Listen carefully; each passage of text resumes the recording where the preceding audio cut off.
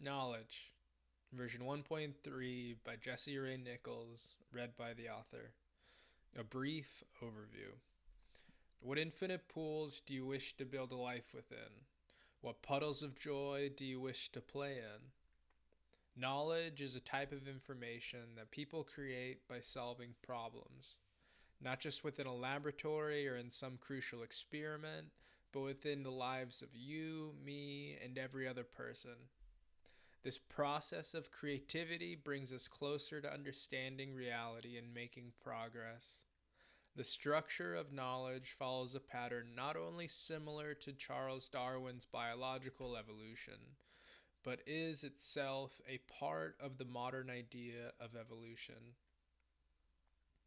This new idea of evolution contains both memes and genes. The idea of a meme was first described by the biologist Richard Dawkins in the book The Selfish Gene in 1976. He was the first to clearly explain that memes and genes both evolve through variation and selection.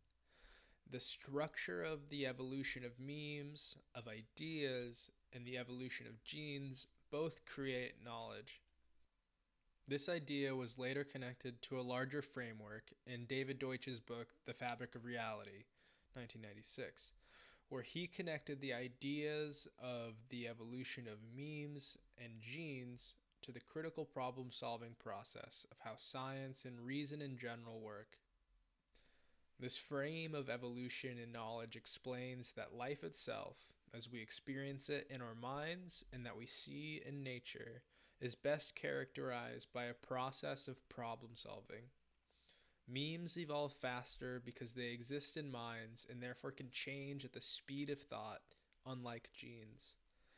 It is why we see the progress we experience now in our science and technology.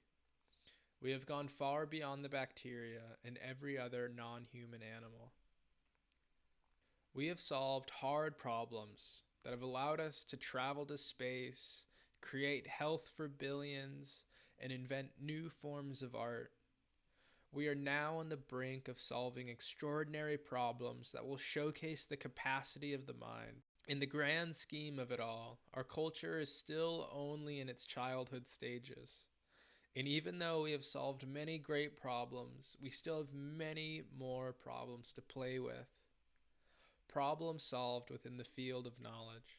The problem of induction. Karl Popper created a new philosophy of science that was based around the idea that we could never have an ultimate form of knowledge. Popper's groundbreaking achievement said that we could never justify knowledge with any process of induction, because knowledge always has errors and is only justified by beating out its rival explanations. Does objective truth exist? See David Deutsch's The Fabric of Reality for the clearest explanation, or Karl Popper's Realism and the Aim of Science. Great problems to solve within the field of knowledge. Moral problems within philosophy.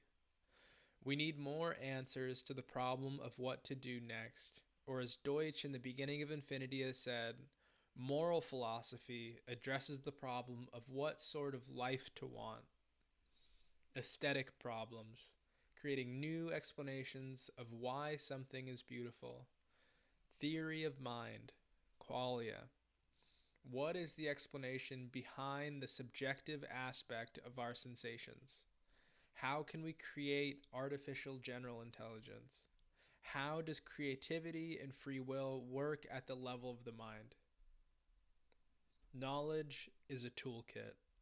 A person's toolkit, their theory of knowledge or epistemology, is foundational and determines how they think about their place in the world and therefore how fast they could grow. There is no limit to the growth of any person's toolkit, which is composed of better and better error correction ideas. Having the better toolkit, one that can outcompete its rivals, based in a fallibilist framework, is optimal to understanding how to make good choices. We can gain the knowledge of different modes of explaining some phenomena. which can allow us to connect different theories into simpler, more elegant ones. Within physics, we could think of the possibility of unifying general relativity with quantum mechanics, just as how electricity and magnetism have been unified. Everyone should read these. David Deutsch's article in Nautilus on fallibilism, about a 20-minute read, on why being able to be wrong lets us access an unbroken chain of infinite progress. He describes why the nature of knowledge will give us ever better problems to play with, and why this is a great fact about how the world works. There is a startling explanation that is undervalued here. We could solve a problem at any scale within our lives, and then we could birth ever more beautiful and attractive problems. And with that, with the embodiment of a childlike curiosity, we can rid ourselves of our current assumptions and errors, which leads a person to a life of unending flourishing. David Deutsch's book, The Beginning of Infinity, takes these ideas of knowledge and explains why we have been able to make so much progress since the Enlightenment. The Beginning of Infinity was inspired by Jacob Bernowski's epic BBC series, The Ascent of Man. Video embedded below. More things to read. The root of the problem of how a person could attain knowledge can also be seen in the work of Karl Popper. I highly recommend reading this essay, about 15 minutes, PDF link, from his landmark book, Conjectures and Refutations, which could also be thought of as guesswork and criticism. But that doesn't have the same ring to it, does it? His focus on the theory of knowledge started when he was trying to separate where the line between science is and where non-science or pseudoscience is. His masterpiece is Conjectures and Refutations, The Growth of Scientific Knowledge, and is available free as an audiobook read by Elise Hardgraves on YouTube. The best for last. The physicist Richard Feynman followed this theme and often encapsulated these fallibilist ideas. He would say things like, "Science is what we have learned about how to keep from fooling ourselves."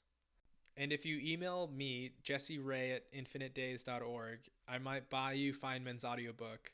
Surely you're joking, Mr. Feynman, because it captures this fundamental aspect of what a life in pursuit of knowledge looks like. We need to keep fighting for a world where his essay, Cargo Cult Science, isn't as relevant today as it was when it was written 44 years ago. Because there is so much fun to be had. There are so many ideas to toy around with. There are spacecraft to fly, cities to build, art to create, and bongos to be played.